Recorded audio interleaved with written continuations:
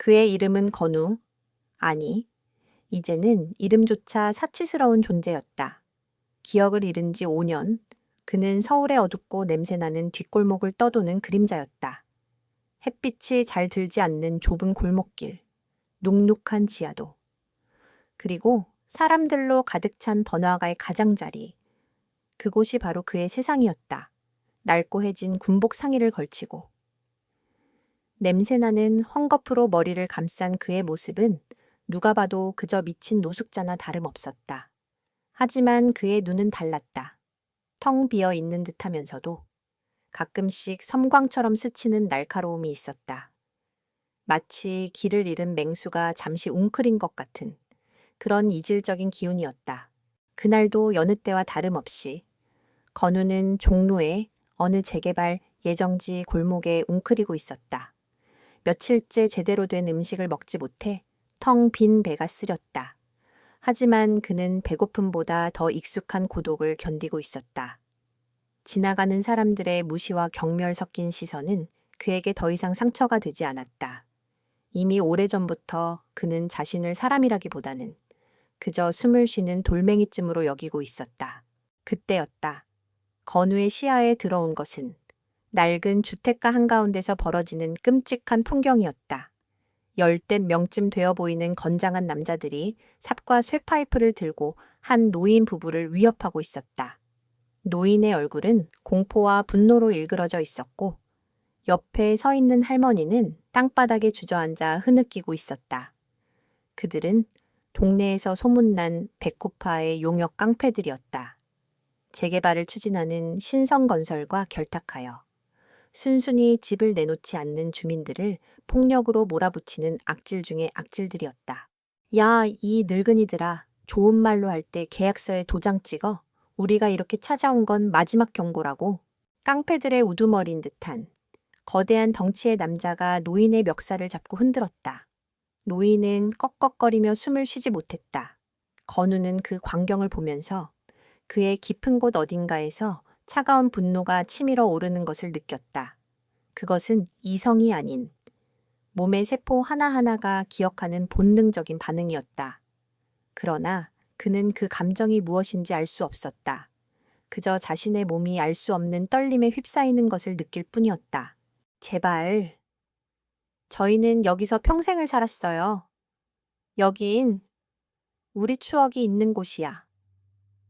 할머니의 애절한 외침이 깡패들의 비웃음 속에서 허무하게 부서졌다. 건우는 더 이상 지켜볼 수 없었다. 그의 몸이 먼저 반응했다. 그는 비틀거리는 몸을 일으켜 그들 쪽으로 향했다. 발걸음은 불안정했지만 그의 눈빛만큼은 어느 때보다 확고했다. 저기, 그만 좀 하세요. 그의 목소리는 갈라져 있었고 너무나도 작았다. 깡패들은 일제히 그를 돌아보며 낄낄거렸다. 그들의 눈에는 경멸과 조롱만이 가득했다. 이봐, 미친놈이 와서 시비 꺼내야. 너 거울 좀 보고 살아라. 내 꼬라지를 봐. 주제를 알아야지. 덩치 큰 우두머리가 콧방귀를 뀌며 말했다. 하지만 건우는 물러서지 않았다. 그는 두려움을 느끼지 않았다. 그저 그들의 폭력성과 악의에 대한 깊은 혐오감만이 그의 내면을 지배하고 있었다. 그는 느릿하게 한 걸음 더 다가갔다. 폭력은 옳지 않습니다. 그의 말이 끝나자마자 깡패들은 기다렸다는 듯이 폭소를 터뜨렸다. 폭력은 옳지 않다고 이 미친 거지. 새끼가 사람 가르치려 드네. 그때 등 뒤에서 조용히 다가온 다른 깡패가 건우의 등짝을 발로 걷어찼다. 건우는 균형을 잃고 그대로 앞으로 고꾸라졌다. 그의 몸은 지친 육신과 배고픔으로 인해 제대로 버텨내지 못했다. 그는 바닥에 쓰러진 채로 아까 그 노인이 그랬던 것처럼 숨을 몰아쉬었다. 우두머리는 건우에게 다가와 그의 머리 위로 쇠파이프를 들어 올렸다. 이 새끼가 진짜 미쳤나 보네. 그냥 되져야 정신 차리지. 쇠파이프가 휘파람 소리를 내며 허공을 갈랐다.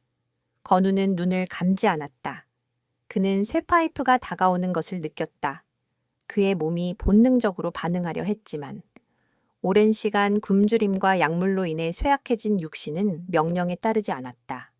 그리고 둔탁한 소리와 함께 그의 머리가 깨지는 듯한 충격이 온몸을 강타했다. 뜨거운 액체가 그의 이마를 타고 흘러내렸다. 건우는 비틀거리며 일어섰다. 머리에서 쏟아지는 피가 그의 시야를 가렸지만 그는 놀랍게도 쓰러지지 않았다. 이 새끼 맷집 좋네. 깡패들은 잠시 당황한 듯 했지만 이내 다시 비웃음을 되찾았다. 하지만 그들의 웃음은 오래가지 못했다. 건우의 눈빛이 변했다. 텅 비어있던 눈동자 속에서. 꺼져가던 불꽃이 다시 타오르기 시작했다. 그것은 단순한 분노가 아니었다. 그것은 마치 수천 번의 싸움을 거친 전사의 그것처럼 차갑고 날카로운 섬광이었다. 그의 몸은 더 이상 쇠약하지 않았다. 찢어진 옷가지 아래로. 단단한 근육들이 꿈틀거리는 것이 보였다. 그는 깡패들의 우두머리를 응시하며 한 발짝씩 다가갔다. 너희가 폭력이 옳지 않다는 걸 가르쳐주지. 그의 목소리는 더 이상 갈라지지 않았다. 낮고 깊고 그리고 얼음장처럼 차가웠다. 깡패들은 그의 변화를 느끼고 경계하기 시작했다. 그들의 등골로 섬뜩한 한기가 흘렀다. 우두머리는 잔뜩 겁에 질린 표정으로 쇠파이프를 휘둘렀다. 하지만 건우는 놀라울 정도로 빠른 속도로 그의 공격을 피했다. 그는 깡패의 손목을 잡고 비틀었다. 우두머리는 고통에 찬 비명을 질렀다. 쇠파이프가 바닥으로 떨어졌다. 꺼져 이 미친놈아. 하지만 건우는 그의 목을 잡고 벽으로 밀어붙였다. 그의 소나귀에는 상상을 초월하는 힘이 실려 있었다. 우두머리는 숨조차 제대로 쉴 수 없었다. 그의 얼굴은 순식간에 파랗게 질렸다. 주변의 깡패들이 달려들었다. 삽과 쇠파이프가 그의 머리 위로 쏟아졌다. 그러나 그 건우의 움직임은 예측할 수 없었다. 마치 살아있는 그림자처럼.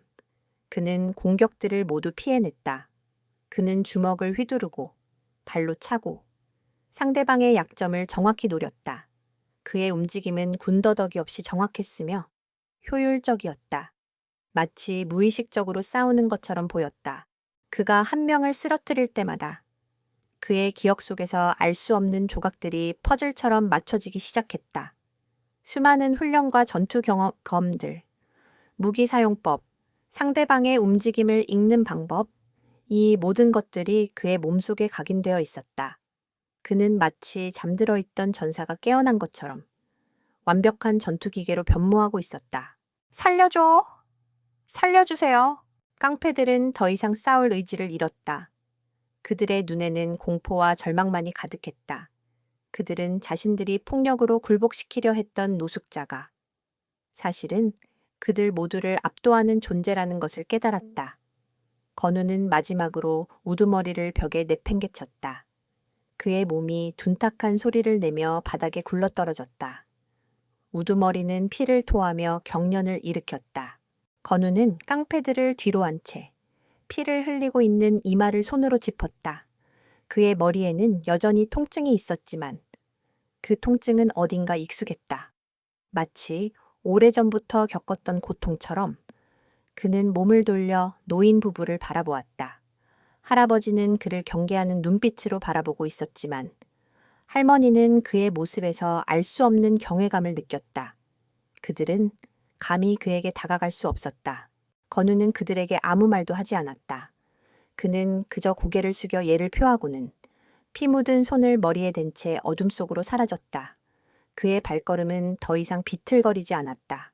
그는 이제 더 이상 미친 노숙자가 아니었다. 그는 이제 전사였다. 그리고 그의 앞에 놓인 길은 그가 잃어버린 과거와 맞서 싸워야 하는 새로운 전장이 될 것이었다. 그의 정신은 깊은 어둠 속으로 가라앉았다. 머릿속은 수천 개의 깨진 유리 조각처럼 파편화되어 있었고 형체를 알 수 없는 이미지들이 섬광처럼 스쳐 지나갔다. 전쟁의 포성, 총성이 울리는 전장, 피냄새, 그리고 누군가의 비명소리. 그 모든 것들이 혼란스럽게 뒤섞여 그를 짓눌렀다. 그는 자신이 어디에 있는지, 자신이 누구인지조차 알 수 없었다. 단지 그의 이마를 흐르는 뜨거운 피의 감각만이 생생하게 남아 있었다. 그때 따스하면서도 미세한 전류가 흐르는 듯한 감촉이 그의 이마에 닿았다. 그 감촉은 혼란스러운 그의 의식에 한 줄기 빛을 드리웠다. 정신 차리세요. 조금만 더 버티세요. 낮고 차분한, 그러나 단호한 여성의 목소리가 어둠 속에서 울려 퍼졌다. 건우는 간신히 눈꺼풀을 들어 올렸다. 그의 시야는 흐릿했지만 하얗고 깨끗한 천장이 눈에 들어왔다. 코끝에는 소독약 냄새와 함께 알 수 없는 약초 냄새가 섞여 들어왔다. 그는 침대에 누워 있었고 그의 머리에는 붕대가 감겨 있었다. 그리고 그의 옆에는 단정한 머리칼을 한 젊은 여성이 그의 머리를 조심스럽게 살피고 있었다. 그녀는 하얀 가운을 입고 있었으며 차분하고 지적인 인상이었다. 일어났군요. 놀라지 마세요. 당신은 안전합니다. 그녀가 나지막이 말했다. 건우는 몸을 일으키려 했지만 온몸의 근육이 경련을 일으키며 통증을 호소했다. 여성이 그를 부드럽게 제지했다. 움직이지 마세요. 두부 외상 충격이 컸어요. 뇌 손상이 심했어야 하는데 놀랍게도 당신의 뇌는 스스로를 복구하고 있는 것처럼 보입니다. 정말 믿기지 않는 회복력이군요. 건우는 자신의 상태를 이해할 수 없었다. 분명히 깡패들이 휘두른 쇠파이프에 머리를 맞고 의식을 잃었을 터인데 통증은 있었지만 심각한 손상은 느껴지지 않았다. 그리고 그녀의 말처럼 그의 몸은 상처가 아물고 있음을 스스로 느끼고 있었다. 그의 몸은 마치 전기를 충전하는 것처럼 알 수 없는 에너지를 흡수하고 있었다. 저는 한지우라고 해요. 의사죠? 당신은 제가 운영하는 병원에서 치료를 받고 있어요. 병원이라고 해봤자. 이 지하 실험실 겸 진료실이 전부지만요. 지우는 건우에게 물 한 잔을 건넸다. 건우는 물을 받아 천천히 마셨다. 그의 목마름은 단순한 갈증이 아니었다. 그의 몸이 새로운 힘을 받아들이기 위해 물과 영양분을 갈구하고 있었다. 어젯밤 당신이 깡패들과 싸우고 쓰러졌을 때 제가 우연히 그곳을 지나가다 발견했어요. 머리가 심하게 깨져 있었죠. 보통 사람이라면 진작에 사망했을 텐데 당신은 살아 있었어요. 그리고 당신의 몸은 믿을 수 없을 정도로 빠르게 회복되고 있었어요. 처음엔 당신이 어떤 특수한 약물에 중독된 것이 아닐까 생각했지만 검사 결과 당신의 혈액에는 그런 흔적이 없더군요. 오히려 당신의 세포는 보통 사람의 세포와는 다른 특별한 구조를 가지고 있었어요. 지우의 눈빛에는 호기심과 경외심이 교차했다. 그녀는 그를 치료하는 동안 그의 몸이 단순한 노숙자의 몸이 아니라는 것을 직감했다. 그의 근육과 뼈는 오랜 굶주림에도 불구하고 단련된 전사의 그것처럼 견고하고 효율적이었다. 그리고 무엇보다 그의 머리에 난 상처가 치유되는 속도는 인간의 한계를 초월한 수준이었다. 건우는 멍하니 그녀의 말을 들었다. 그는 자신이 왜 그런 힘을 가지고 있는지 알 수 없었다. 하지만 머릿속을 스쳐 지나가는 파편들은 더 이상 단순히 혼란스러운 이미지가 아니었다. 그는 꿈을 꾸기 시작했다. 쇠로 만든 거대한 건물이 무너지고 총소리와 폭발음이 가득한 꿈이었다. 그리고 꿈속에서 그는 총을 들고 있었고 그의 손은 무수히 많은 적들을 향해 반가쇠를 당기고 있었다. 그의 몸은 이미 그 모든 움직임을 기억하고 있었다. 며칠이 지났다. 건우의 몸은 기적적으로 회복되었다. 두부 외상으로 인한 상처는 흔적도 없이 사라졌고 그의 몸은 예전보다 훨씬 더 단단하고 민첩해졌다. 그는 지우의 실험실에서 간단한 운동을 시작했다. 처음에는 단순히 몸을 푸는 정도였지만 곧 그의 움직임은 전문가의 그것처럼 정교하고 효율적으로 변모했다. 그는 마치 춤을 추듯 벽을 타고 올라가고 무거운 물체를 들어 올렸다. 그의 몸은 자신이 할 수 있는 한계를 시험하고 있었다. 정말 놀랍군요. 당신은 단순한 기억 상실이 아니에요. 당신의 뇌는 어떤 외부적인 충격으로 인해 잠들어 있던 능력을 해제한 것 같아요. 어쩌면 당신은 특수부대 소속이었을지도 모르겠군요. 제가 알기로는 그런 능력을 가진 사람들은 대부분 비밀리에 군사적인 목적으로 키워지거든요. 지우는 건우에게 자신의 가설을 조심스럽게 이야기했다. 그녀의 눈빛은 건우의 반응을 살피고 있었다.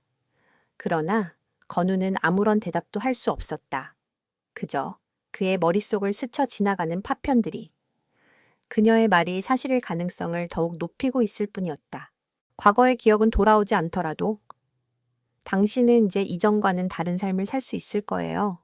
하지만 당신의 이 힘은 위험할 수도 있어요. 지우의 말에는 걱정이 섞여 있었다. 그녀는 건우의 힘이 단순한 신체적 능력을 넘어 주변을 감지하고 위험을 예측하는 듯한 초인적인 감각을 동반하고 있음을 눈치챘다. 건우는 그녀의 말을 들으며 문득 며칠 전의 기억을 떠올렸다. 그가 깡패들을 제압했을 때 그는 단지 분노에 휩싸인 것이 아니었다. 그의 몸은 상대방의 움직임을 미리 읽고 약점을 파악했다. 마치 모든 것이 슬로우 모션처럼 보였다. 건우는 거울을 보았다. 거울 속에는 더 이상 피투성이에 굶주린 노숙자가 없었다. 대신 단단한 턱선과 날카로운 눈빛을 가진 한 남자가 서 있었다. 그는 이제 자신의 모습에 낯설음을 느끼지 않았다. 오히려 이 모습이야말로 진짜 자신이라는 느낌이 들었다. 그는 자신의 과거를 찾고 싶었다. 그리고 그 과거를 앗아간 자들을 찾아내고 싶었다. 그날 저녁, 건우는 지우에게 자신의 결심을 말했다. 그들을 찾아야겠습니다. 저에게 이런 짓을 한 놈들, 그리고 제가 누구였는지 알아내야 합니다. 지우는 그의 눈빛에서 강한 의지를 읽었다. 그녀는 그가 이런 결정을 내릴 것을 이미 예상하고 있었다. 그녀는 건우의 손을 잡았다. 당신 혼자서는 힘들 거예요. 그 깡패들 뒤에는 거대한 세력이 있어요. 제가 아는 한도 내에서. 그들은 신성건설이라는 거대 기업과 연관되어 있죠. 이 도시는 그들의 손아귀에 있어요. 하지만 당신이 그들과 싸우기로 결심했다면 저도 당신을 도울게요. 저에게는 제가 가진 정보망이 있어요. 당신의 힘과 저의 정보가 합쳐진다면 어쩌면 이 도시의 진실을 밝힐 수 있을지도 몰라요. 그녀의 말은 건우에게 새로운 희망을 주었다. 그는 더 이상 혼자가 아니었다. 그의 곁에는 그의 힘을 이해하고 그를 도우려는 조력자가 있었다. 건우는 고개를 끄덕였다. 그의 얼굴에는 오랜만에 희미한 미소가 떠올랐다. 그의 분노는 단순한 복수심을 넘어 거대한 음모를 파헤치는 첫걸음이 될 것이었다. 그는 이제 더 이상 숨지 않을 것이었다. 그는 도시의 그림자 속에서 자신의 과거와 미래를 되찾기 위한 싸움을 시작할 것이었다. 건우는 지우의 실험실에 마련된 간이 침대에 누워 천장을 응시했다. 밤하늘의 별처럼 빛나던 도시의 불빛은 그에게는 마치 거대한 감옥의 창살처럼 느껴졌다. 그의 머릿속은 온통 혼란스러웠다. 전사라는 단어, 특수부대, 그리고 기억 속에서 희미하게 떠오르는 격렬한 전투의 잔상들. 그것들은 모두 현실을 초월한 이야기처럼 들렸지만 그의 몸은 그 모든 것이 진실임을 말해주고 있었다. 그의 근육은 이제 훈련된 칼날처럼 날카로웠고 그의 오감은 작은 소리 하나, 미세한 공기의 흐름까지도 감지할 수 있을 정도로 예민해졌다. 다음 날 아침, 지우는 건우에게 노트북 한 대를 건넸다. 화면에는 백호파의 조직도와 주요 인물들의 사진, 그리고 그들이 저지른 범죄 기록들이 빼곡히 정리되어 있었다. 백호파는 신성건설의 하청업체나 다름없어요. 그들의 주 업무는 재개발 지역의 주민들을 몰아내거나 경쟁업체를 방해하는 일이죠. 그들은 단순한 깡패가 아니라 이 도시의 법망을 교묘하게 피해가는 사업가들이에요. 지우의 목소리는 차분했지만 그 안에는 깊은 혐오감이 서려 있었다. 건우의 시선이 한 사진에 머물렀다. 깡패들의 우두머리, 박대성. 바로 그에게 쇠파이프를 휘둘렀던 남자였다. 그의 얼굴은 건우의 기억 속에서 생생하게 되살아났다. 건우는 주먹을 불끈 쥐었다. 그들을 향한 분노는 이제 단순한 복수심이 아니라 자신의 잃어버린 조각을 되찾기 위한 열망이 되었다. 그들을 어떻게 찾아야 합니까? 건우의 목소리는 낮고 단호했다. 지우는 노트북 화면을 넘기며 말했다. 그들은 보통 새벽 3시에 백호파의 아지트에서 모여요. 강남의 한 허름한 창고죠. 경비가 삼엄해서 내부 진입은 어려울 거예요. 그리고 무엇보다 당신이 그곳에 가서 무력으로 그들을 제압하는 건 좋은 방법이 아니에요. 그들은 당신이 누군지 알았을 거고 이미 당신을 노리고 있을 테니까요. 건우는 고개를 끄덕였다. 그는 자신의 분노를 제어해야 한다는 것을 깨달았다. 무턱대고 달려드는 것은 무모한 짓이었다. 그는 이제 이성적인 전사였다. 그럼 어떻게 해야 합니까? 우선 그들의 약점을 찾아야 해요. 백호파는 돈에 움직이는 조직이에요. 그들의 돈줄을 끊는다면 그들은 스스로 무너지게 될 거예요. 그리고 그 과정에서 당신의 과거에 대한 단서도 찾을 수 있을 겁니다. 지우의 계획은 단순하지만 명료했다. 그녀는 건우에게 백호파의 주요 자금원이 되는 불법 도박장과 유흥업소들의 위치를 알려주었다. 건우는 지우의 도움을 받아 그들의 은밀한 네트워크에 접근하기 시작했다. 그는 밤의 그림자 속으로 몸을 숨기고 도시의 어두운 구석을 누볐다. 그의 움직임은 마치 사냥꾼의 그것처럼 조용하고 은밀했다. 그는 자신의 힘을 과시하지 않았다. 그저 그들의 움직임을 관찰하고 약점을 파악했다. 첫 번째 목표는 강북의 한 지하에 숨어 있는 불법 도박장이었다. 건우는 새벽녘 도박장이 한산해진 틈을 타 몰래 잠입했다. 그는 문을 부수거나 사람들을 제압하는 대신 도박장의 전산망에 침투했다. 지우가 제공한 해킹 프로그램은 백호파의 보안 시스템을 무력화시켰다. 건우는 시스템에 접속하여 도박장의 모든 자금 거래 내역을 삭제하고 그들의 계좌를 동결시켰다. 그들의 돈줄이 한순간에 끊기자 도박장은 혼란에 빠졌다. 며칠 후 백호파의 내부에서는 돈 문제로 인한 다툼이 벌어지고 있다는 소문이 돌기 시작했다. 이어진 목표는 백호파가 운영하는 유흥업소였다. 건우는 그곳에 경비원들을 피해 몰래 잠입하여 그들이 마약 거래를 하는 현장을 사진으로 남겼다. 그는 증거물을 지우에게 전달했고 지우는 그 증거들을 언론사에 제보했다. 마약 거래 현장이 언론에 보도되자 백호파는 경찰의 대대적인 수사망에 오르게 되었다. 그들의 사업은 순식간에 마비되었고 그들은 막대한 손실을 입었다. 백호파의 수장 박대성은 분노에 휩싸였다. 그는 누군가 자신들의 조직을 노리고 있다는 것을 직감했다. 이게 다 그 미친 거지 새끼 짓이 분명히 살아있었다니 내 손으로 직접 그놈의 목을 따버릴 거야. 그는 부하들을 다그치며 건우의 행방을 추적하기 시작했다. 박대성의 눈에는 오만함과 광기가 뒤섞여 있었다. 그는 자신이 건우를 얕본 것을 후회했지만 그의 오만함은 그 후회를 곧 분노와 복수심으로 바꾸었다. 건우는 자신의 행동이 백호파의 신경을 건드렸다는 것을 알고 있었다. 그는 이제 그들의 사냥감이 되었다. 하지만 그는 두려워하지 않았다. 오히려 이것은 그가 원하던 바였다. 그는 그들이 자신을 노리게 만들어 그들의 본거지를 파악하고 그들의 뒤에 있는 더 큰 배후를 찾아낼 계획이었다. 그들이 움직이기 시작했어요. 지우가 건우에게 다급하게 연락했다. 그들이 당신의 인상착의를 뿌리고 있어요. 당신은 이제 이 도시에서 숨어 다니기 힘들 거예요. 괜찮습니다. 어차피 숨을 생각은 없었습니다. 건우는 차분하게 대답했다. 그들이 저를 찾아오게 만들 겁니다. 그날 밤 건우는 한적한 주차장에 홀로 서 있었다. 그의 등 뒤에서는 엔진 소리가 요란하게 울렸다. 박대성과 그의 부하들이 탄 검은색 승합차가 그의 앞에 멈춰 섰다. 박대성은 차에서 내려 섬뜩한 미소를 지었다. 이런 거지놈인 줄 알았더니 제법 폼을 잡고 계셨네. 내가 경고했잖아. 너 같은 쓰레기는 주제를 알아야 한다고. 건우는 아무 말 없이 그를 응시했다. 그의 눈빛은 흔들림이 없었다. 박대성은 그런 건우의 태도에 더욱 분노했다. 그래, 그 꼴을 보니 아주 건방져. 이번엔 쇠파이프가 아니라 내 놈의 머리통을 아예 박살내주마. 박대성은 주먹을 불끈 쥐고 달려들었다. 그의 뒤를 따르던 부하들 역시 무기를 꺼내들었다. 건우는 미동도 하지 않았다. 그의 눈은 그들의 움직임을 읽고 있었다.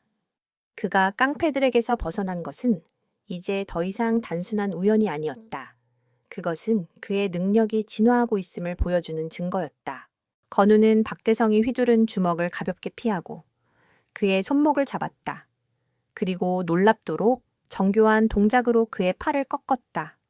박대성은 비명조차 지르지 못하고 그대로 무너졌다. 이어서 달려드는 부하들은 건우의 주먹과 발길질에 속절없이 쓰러졌다. 그의 움직임은 빠르고 강력했으며 상대방의 모든 공격을 예측하고 무력화시켰다. 그는 마치 수십 년 동안 싸움만을 해온 전문가처럼 보였다. 건우는 마지막으로 박대성을 바닥에 눕히고 그의 멱살을 잡았다. 말해라. 너희의 뒤에 있는 자가 누구지? 박대성의 눈은 공포로 가득 차 있었다. 그는 더 이상 건우를 얕잡아 볼 수 없었다. 그는 건우가 단순한 노숙자가 아닌 자신들이 감히 건드려서는 안 될 존재임을 깨달았다.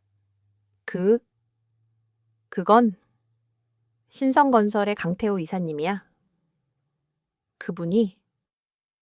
그분께서 모든 것을 지시하셨어. 건우의 심장이 격렬하게 뛰었다. 강태호.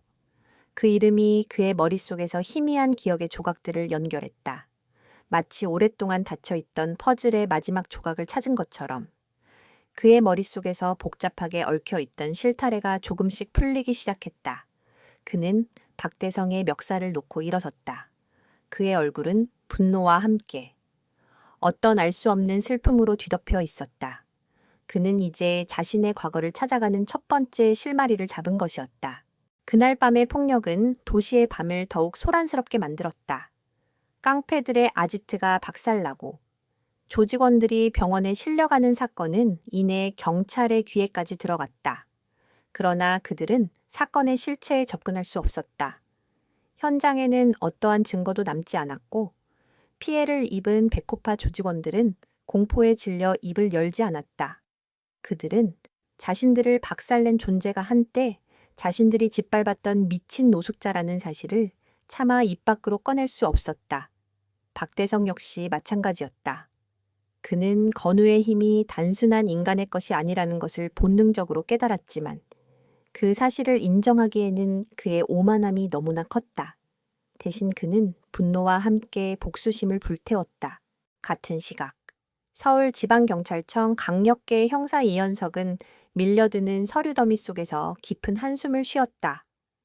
베코파는 갑자기 왜 이러는 거야? 한두 놈이 아니잖아. 이쯤 되면 거의 괴멸 수준인데.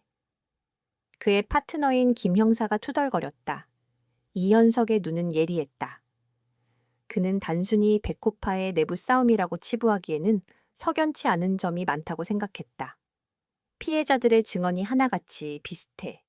괴물에게 당했다는 헛소리만 늘어놓고 있고 현장에선 지문 하나 나오지 않았고 뭔가 이상해.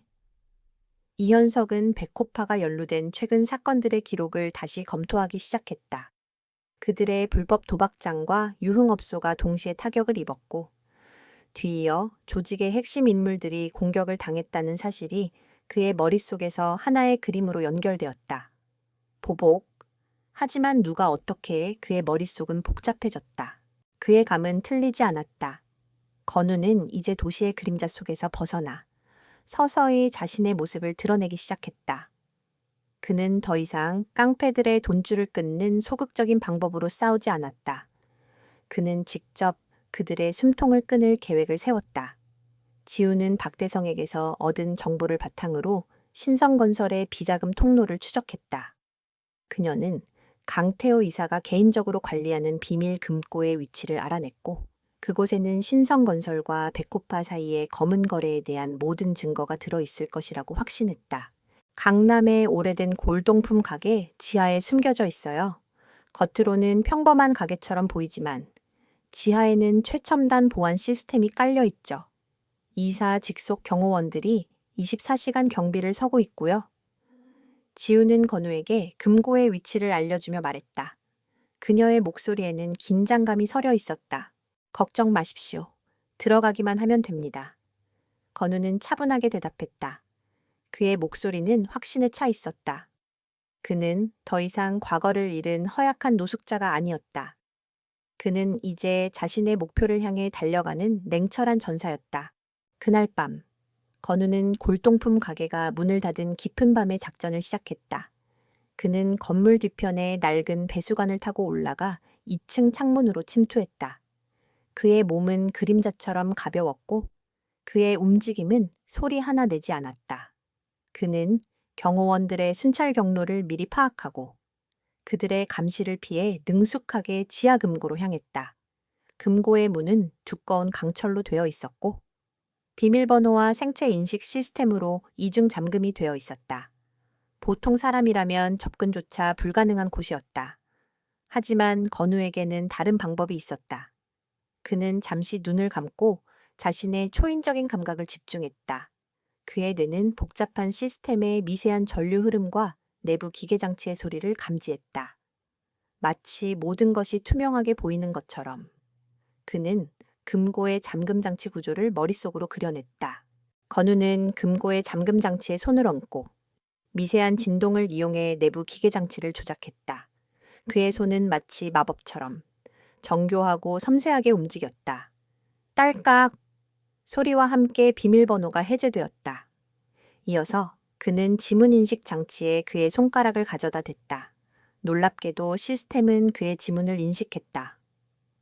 접근 허가 환영합니다. 이사님, 기계음이 들려왔다. 건우의 머릿속에 혼란이 찾아왔다. 내 지문이 왜 여기에 등록되어 있지? 나는 누구지? 금고 문이 열렸다. 금고 안에는 수많은 서류들과 현금 뭉치, 그리고 최신형 노트북이 놓여 있었다. 건우는 노트북을 열었다. 노트북에는 신성건설의 불법 비자금 내역, 백호파와의 거래 기록, 그리고 인체 실험 보고서라는 제목의 파일들이 가득했다. 그의 손은 무의식적으로 파일을 클릭했다. 파일 안에는 수많은 사람들의 이름과 함께 그들이 겪은 끔찍한 실험의 기록이 담겨 있었다. 그리고 그 파일의 가장 상단에는 실험체 코드명 전사라는 글자와 함께 그의 젊은 시절 사진이 박혀 있었다. 건우의 심장이 멈추는 것 같았다. 그는 자신이 단순히 기억을 잃은 것이 아니라는 것을 깨달았다. 그는 거대한 음모의 희생양이었다. 인체 실험, 전사, 그의 머릿속을 스쳐 지나가던 전투의 기억들, 그리고 그가 겪었던 초인적인 신체 능력의 변화는 그가 겪은 끔찍한 과거의 증거였다. 그는 자신이 백호팩에 얻어맞아 머리가 깨졌을 때 오히려 뇌가 잠금 해제되어 능력을 발현하게 된 것이라는 사실을 직감했다. 바로 그때 금고 문이 닫히는 소리가 들렸다. 건우는 고개를 들었다. 금고 안에는 경호원들이 가득 차 있었고 그들의 뒤에는 싸늘한 미소를 짓고 있는 이현석 형사가 서 있었다. 미스터 전사, 당신을 체포합니다. 당신은 백호파 조직에 대한 불법 침입과 폭력 행사 혐의로 긴급 체포됩니다. 이현석은 건우의 정체를 알고 있는 듯했다. 그의 눈빛은 건우를 경계하면서도 알 수 없는 연민이 섞여 있었다. 그는 건우가 단순한 범죄자가 아니라는 것을 직감하고 있었다. 건우는 노트북을 챙겨들고 이현석을 응시했다. 저는 범죄자가 아닙니다. 저는 피해자입니다. 그건 법정에서 따지시죠.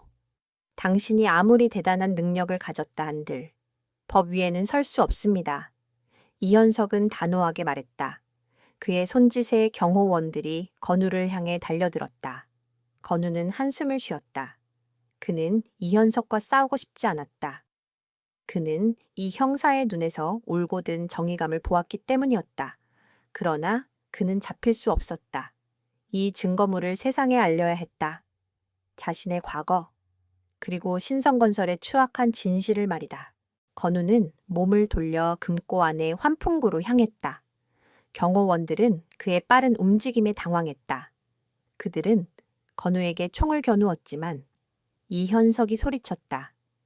쏘지 마. 무슨 일이 있었는지 알아야 해. 하지만 그들의 총구는 이미 건우를 향해 있었다. 건우는 환풍구 안으로 몸을 던졌다.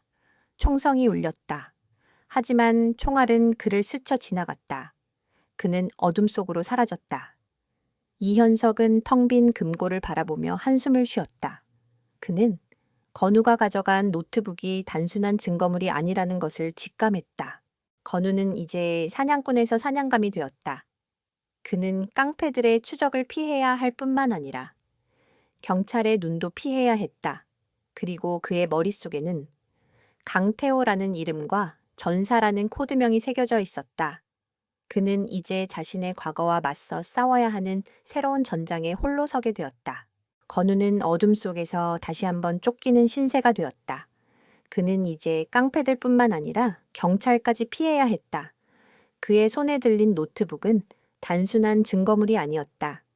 그것은 그의 과거, 그의 정체, 그리고 그를 이 지옥 같은 삶으로 몰아넣은 거대한 음모의 실마리였다. 그는 노트북의 전원을 켜고 인체 실험 보고서 파일을 다시 열었다. 그의 시선은 실험체 코드명 전사라는 글자 아래에 적힌 작은 글씨들에 꽂혔다. 실험체는 기억상실 증세를 보였으며 이는 과거 전투 중 입은 두부 외상과 강도 높은 약물 투여로 인한 것으로 추정됨. 그 아래에는 그가 받았던 훈련과 능력에 대한 상세한 보고서가 첨부되어 있었다.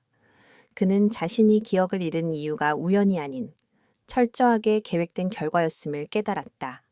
누군가 의도적으로 그의 기억을 지우고 그를 버렸던 것이다. 그때 노트북의 한 파일에서 익숙한 이름이 눈에 들어왔다. 강태호. 보고서에 따르면 그는 이 전사 프로젝트의 총 책임자이자 실험체들의 능력을 평가하고 통제하는 역할을 맡고 있었다. 그리고 그의 옆에는 늘 한지우라는 이름이 있었다. 건우는 지우의 이름을 보자마자 온몸에 소름이 돋았다. 설마 그녀가 이 모든 것에 연루된 것일까? 그의 머릿속은 혼란스러웠다.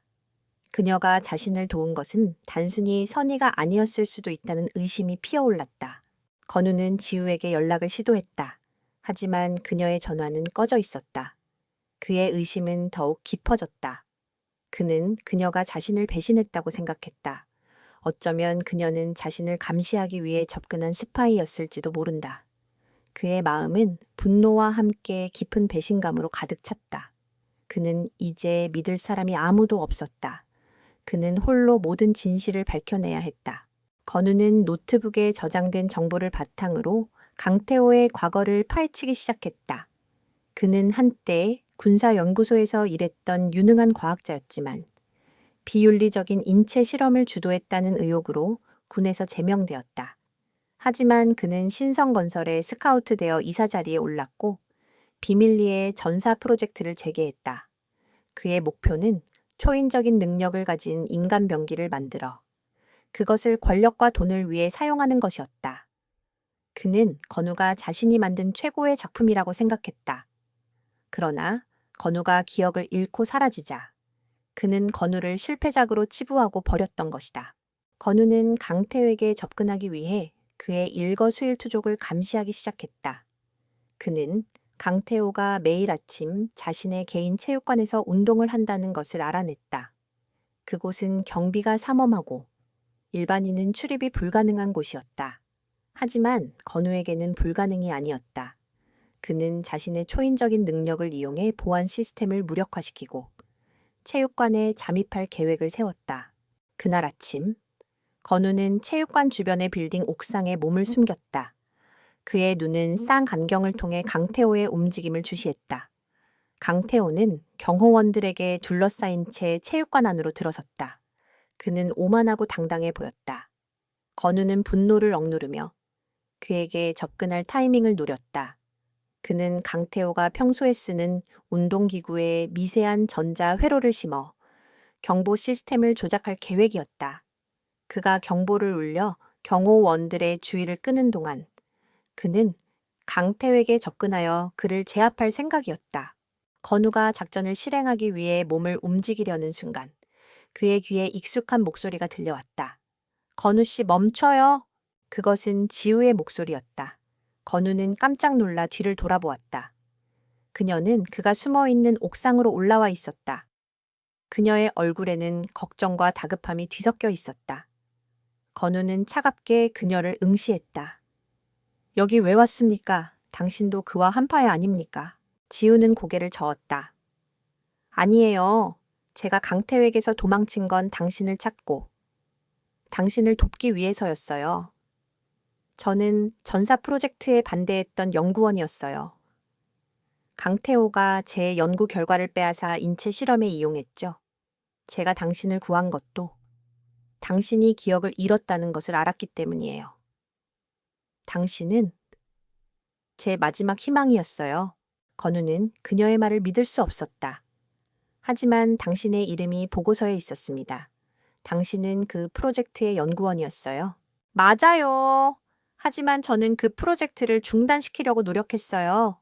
강태호는 제 말을 듣지 않았고 오히려 저를 감금하고 제 연구를 강제로 진행시켰어요. 저는 탈출했고 당신을 만나게 된 거예요. 당신의 몸에 새겨진 능력이 제 연구와 일치한다는 것을 알았을 때 저는 당신이 그의 가장 완벽한 실험체라는 것을 직감했어요. 그래서 당신을 살려내고 당신을 돕고 싶었던 거예요. 돕고 싶었던 그녀의 눈에는 진심이 담겨 있었다. 건우의 마음속에 있던 의심의 벽이 서서히 무너지기 시작했다. 그때 지우의 스마트폰에서 경보음이 울렸다. 큰일 났어요. 강태호가 당신의 위치를 파악했어요. 그들이 이쪽으로 오고 있어요. 건우는 아래를 내려다보았다. 이미 체육관 주변에는 강태호의 경호원들이 삼엄하게 배치되어 있었고 그들은 건우가 숨어 있는 옥상을 향해 움직이고 있었다. 강태호는 건우가 자신을 노리고 있다는 것을 직감하고 오히려 그를 함정에 빠뜨린 것이었다. 건우는 지우의 말을 믿기로 했다. 그는 더 이상 주저할 시간이 없었다. 우선 여기서 벗어나야 합니다. 건우는 지우의 손을 잡고 옥상 난간을 향해 달려갔다.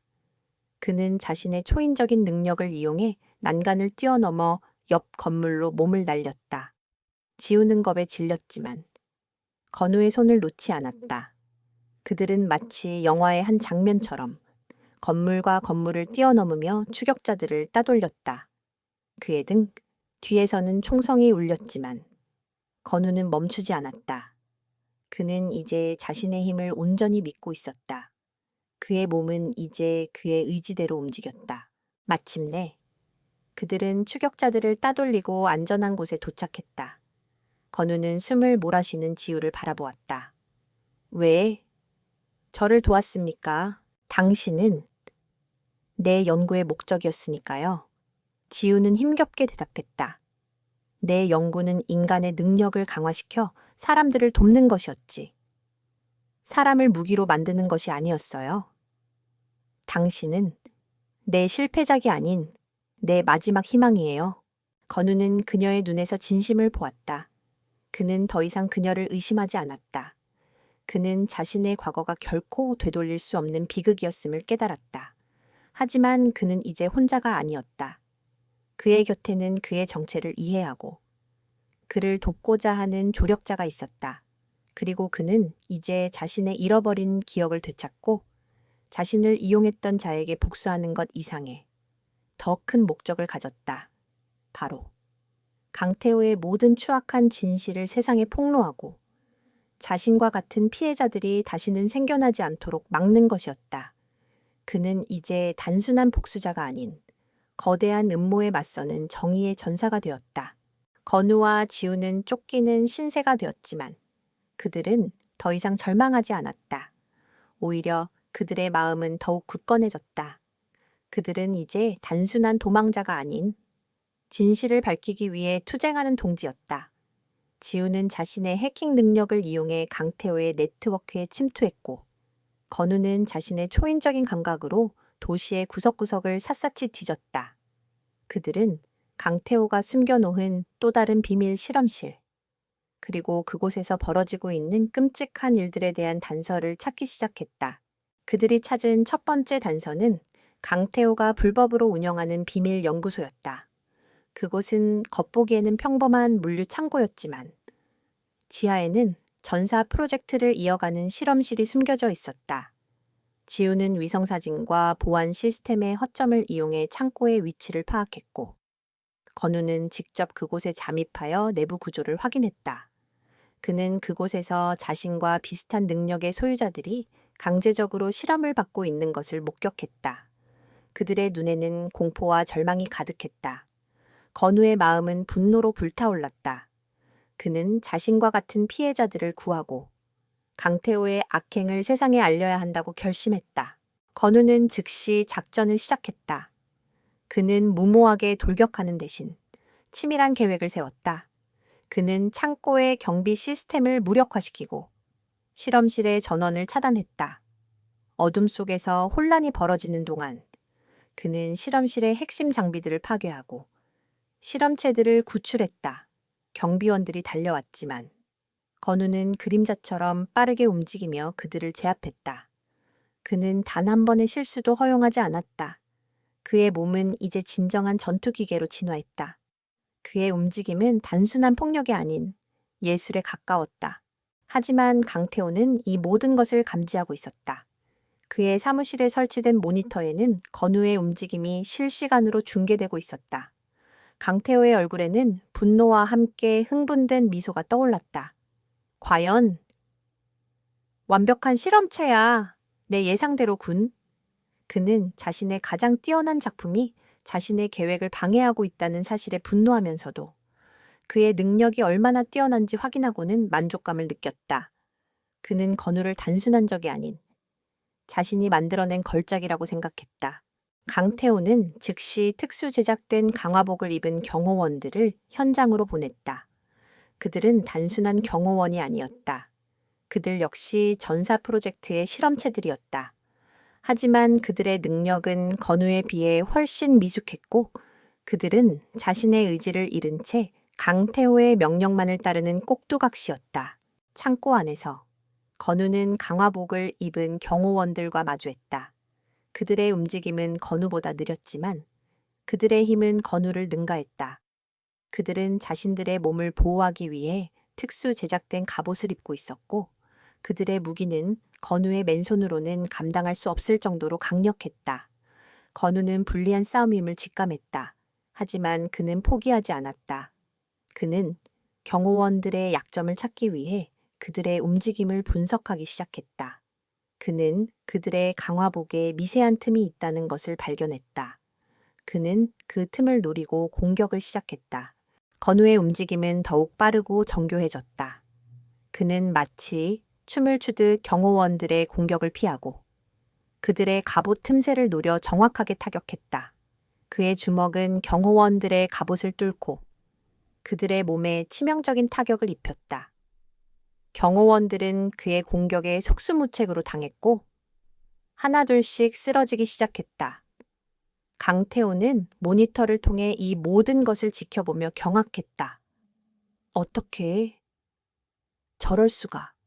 완벽하게 통제된 실험체들이야. 그런데 어떻게?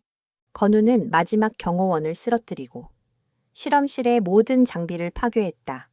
그는 실험체들을 구출하고 그들을 안전한 곳으로 피신시켰다. 그는 그들의 눈에서 희망을 보았다. 그는 이제 더 이상 혼자가 아니었다.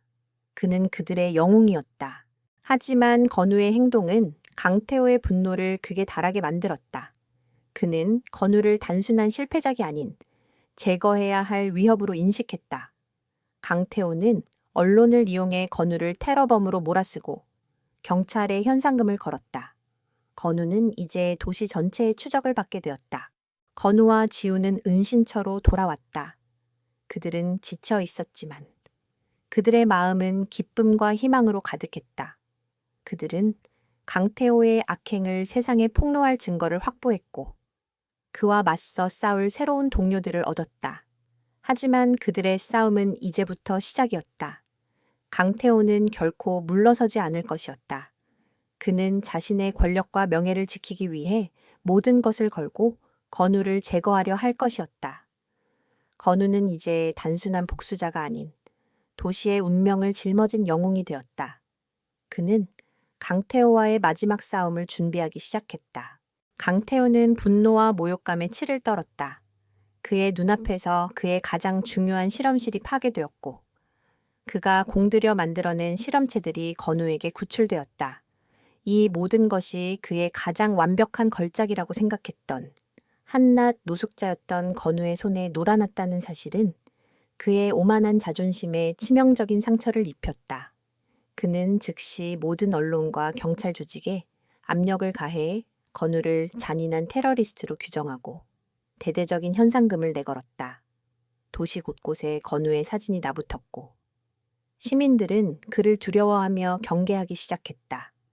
건우와 지우의 은신처는 더 이상 안전하지 않았다. 이제 모든 것이 공개되었어요.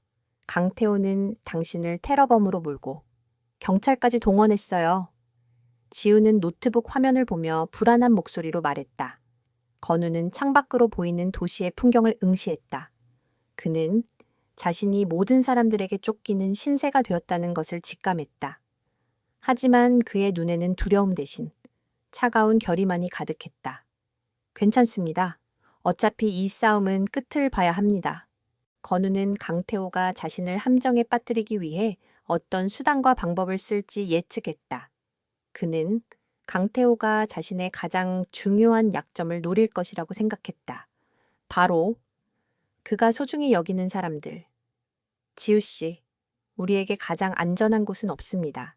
하지만 그들은 당신을 인질로 삼으려 할 겁니다. 제가 그들을 끌어낼 미끼가 될게요. 지우는 고개를 저었다. 안 돼요. 당신 혼자서는 너무 위험해요, 아재요. 강태호는 당신을 잡기 위해 모든 것을 걸 거예요. 그들은 당신이 감당할 수 없을 만큼의 인력을 보낼 거예요. 상관없습니다. 저는 그들과 정면으로 맞설 겁니다. 하지만 그 전에 우리가 확보한 증거를 세상에 알려야 합니다. 건우는 지우에게 자신이 보관하고 있는 노트북을 건넸다. 이 안에 모든 것이 있습니다. 강태호의 인체 실험 보고서, 그리고 신성건설의 모든 비자금 내역, 이것들을 이현석 형사에게 전달해 주십시오. 그는 올바른 사람입니다. 그러면 이 증거를 묻지 않을 겁니다. 지우는 망설였지만 건우의 눈빛에서 확고한 결의를 읽었다. 그녀는 고개를 끄덕였다. 알겠어요. 당신이 싸우는 동안 저는 반드시 이 증거를 세상에 공개할게요. 당신의 싸움이 헛되지 않도록. 건우는 지우를 안전한 곳으로 보낸 후 홀로 강태호의 심장부로 향했다. 그의 목표는 단 하나, 강태호의 거대한 권력의 상징인 신성건설 본사였다. 강태호는 건우가 본사로 올 것이라고 예측했다. 그는 건우를 잡기 위해 본사 건물 전체를 요새처럼 만들고 수많은 경호원들을 배치했다. 그는 건우가 자신의 힘을 과시하며 무모하게 돌격할 것이라고 생각했다. 그러나 건우의 계획은 달랐다. 그는 정문으로 들어가는 대신 건물의 지하 배수관을 통해 잠입했다. 그는 미세한 소리에도 반응하는 초인적인 청각을 이용해 경호원들의 위치를 파악하고 그들의 감시를 피해 엘리베이터 통로를 통해 건물 상층부로 올라갔다. 건우의 움직임은 너무나도 은밀하고 빨랐기 때문에 강태호의 경호원들은 그가 건물 안으로 들어왔다는 사실조차 감지하지 못했다. 강태호는 자신의 사무실에서 건우를 기다리고 있었다. 그의 얼굴에는 잔인한 미소가 떠올랐다. 내 놈이 내 손에 놀아나고 있다는 것도 모르고 있겠지. 나는 내 놈을 잡기 위해 모든 준비를 마쳤다. 이제 내 놈은 내 손에서 죽게 될 거야. 그때였다. 강태호의 뒤에 있던 창문이 깨지는 소리와 함께 건우가 그의 사무실 안으로 날아들었다. 강태호는 깜짝 놀라 뒤로 물러섰다. 그는 건우가 이런 방식으로 침입할 것이라고는 상상도 하지 못했다. 어떻게 여기까지 들어온 거야? 당신은 저를 과소평가했습니다. 건우는 차분하게 대답했다. 그의 눈은 강태호의 눈을 똑바로 응시했다. 당신이 제게 준 힘이 당신을 파멸시킬 겁니다. 강태호는 분노에 찬 비명을 질렀다. 내가 너에게 준 힘 헛소리 마라. 나는 너를 만들어낸 신이다. 감히 피조물이 신에게 대적하려 드는가. 그는 자신의 책상 서랍에서 권총을 꺼내 건우에게 겨누었다. 이제 내 놈의 쓸모는 끝났어. 하지만 건우의 움직임은 총알보다 빨랐다. 그는 강태호의 팔을 잡고 총을 빼앗아 바닥에 내동댕이 쳤다.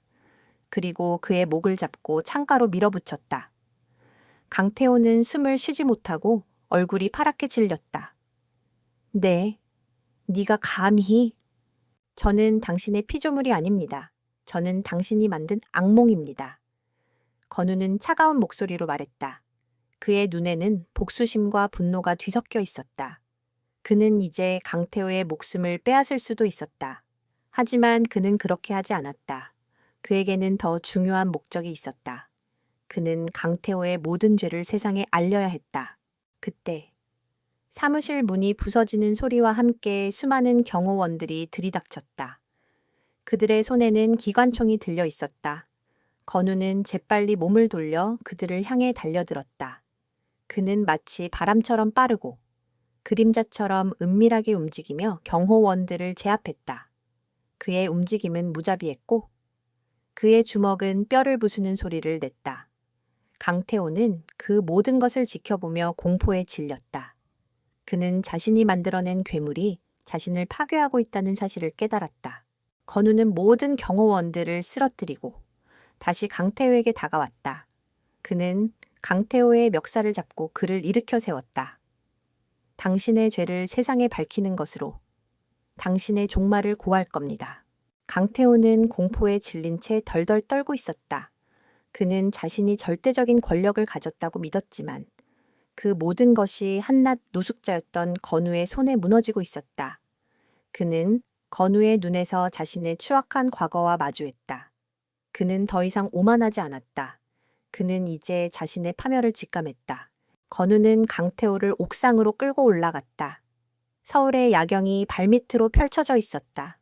수많은 불빛들이 마치 살아있는 심장처럼 박동하고 있었지만 그에게는 그저 거대한 감옥의 창살처럼 느껴졌다. 강태호는 두려움에 질려 몸을 떨었다.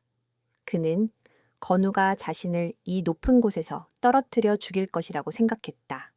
하지만 건우는 그럴 생각이 없었다. 그의 복수는 단순히 목숨을 빼앗는 것이 아니었다. 그는 강태호가 자신의 모든 것을 잃는 모습을 보여주고 싶었다. 당신은 나를 죽일 건가? 강태호가 떨리는 목소리로 물었다. 건우는 고개를 저었다. 아니요, 당신은 죽지 않습니다. 당신의 추악한 진실이 세상에 드러나는 것을 보게 될 겁니다. 그때 옥상 문이 열리며 이현석 형사가 모습을 드러냈다. 그의 뒤에는 수많은 경찰들이 있었다. 이현석은 총을 겨누고 건우에게 다가왔다. 건우 씨, 이제 그만해요. 당신은 도주 혐의로 긴급 체포됩니다. 건우는 이현석을 바라보았다. 그의 눈빛은 흔들림이 없었다. 형사님, 저는 도망치지 않습니다. 그리고 저는 죄를 지은 것이 아닙니다. 당신은 신성건설에 불법 침입했고 수많은 경호원들을 폭행했습니다. 이 모든 것이 증거로 남아 있어요. 이현석은 단호하게 말했다. 바로 그때 지우가 옥상으로 올라와 이현석에게 노트북을 건넸다. 형사님, 이건 단순한 폭력 사건이 아니에요. 이 안에 모든 증거가 있습니다. 강태호 이사의 인체 실험 보고서, 그리고 신성건설의 불법 비자금 내역까지. 이 사람은 이 모든 것의 피해자예요. 이현석은 망설였다. 그의 눈빛은 건우와 지우, 그리고 강태호를 번갈아 보았다. 그는 직감적으로 이 사건이 단순한 범죄 사건이 아니라는 것을 느끼고 있었다. 하지만 그는 법과 원칙을 따르는 경찰이었다. 그는 지우가 건넨 노트북을 받아 들었다. 이게 사실인지 아닌지는 확인해 봐야 합니다. 하지만 당신이 무기를 들지 않는 한 우리는 당신을 체포할 수밖에 없습니다. 이현석은 총을 거두지 않고 말했다. 건우는 미소를 지었다. 걱정 마십시오. 저는 무기를 들지 않았습니다. 저는 그저 정의를 원할 뿐입니다. 바로 그때 강태호가 이현석에게 소리쳤다. 형사님, 저들을 믿지 마십시오. 저들은 저를 해하려 한 테러리스트입니다. 저들의 말을 믿으면 안 됩니다. 하지만 이현석은 강태호의 말을 듣지 않았다. 그는 노트북을 열고 파일을 확인하기 시작했다. 그리고 그의 얼굴은 점점 굳어갔다. 인체 실험 보고서, 전사 프로젝트, 실험체 코드명 건우. 그는 자신이 쫓던 괴물이 사실은 거대한 음모의 희생양이었다는 사실을 깨달았다. 그는 건우에게 총을 겨누었던 손을 내렸다. 이건 말도 안 돼. 그 순간 강태호는 모든 것을 포기한 듯 그의 눈빛은 광기로 가득 찼다. 그는 자신이 만들어낸 모든 것이 무너지고 있다는 사실을 받아들일 수 없었다. 그는 분노에 찬 비명을 지르며 건우에게 달려들었다. 내 놈, 내가 죽여버리겠다. 하지만 건우는 그의 움직임을 예측하고 피했다.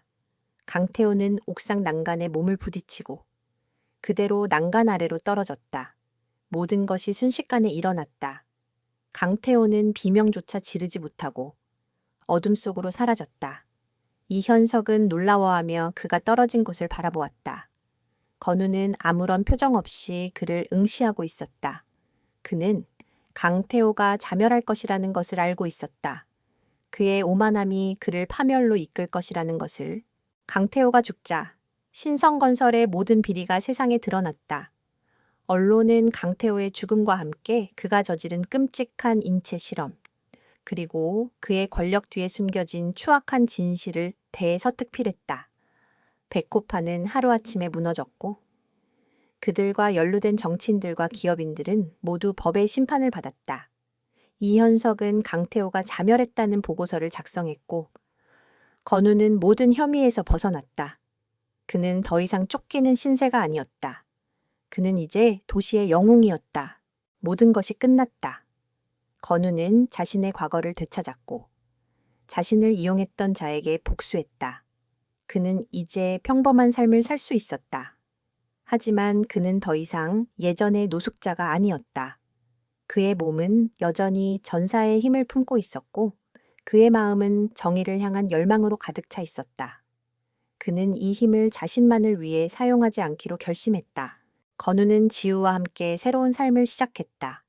지우는 자신의 연구를 인류를 위한 기술 개발에 사용하기로 결심했고 건우는 그녀를 도왔다. 그는 도시의 그림자 속에서 불의에 맞서는 새로운 삶을 시작했다. 그는 이제 더 이상 복수를 위해 싸우지 않았다. 그는 공의를 위해 싸웠고 약자들을 위해 싸웠다. 그의 이야기는 도시의 전설이 되었다. 이름 없는 노숙자, 전사가 되어 도시를 구하다. 그의 이야기는 사람들에게 희망을 주었고 이 도시의 새로운 시작을 알렸다.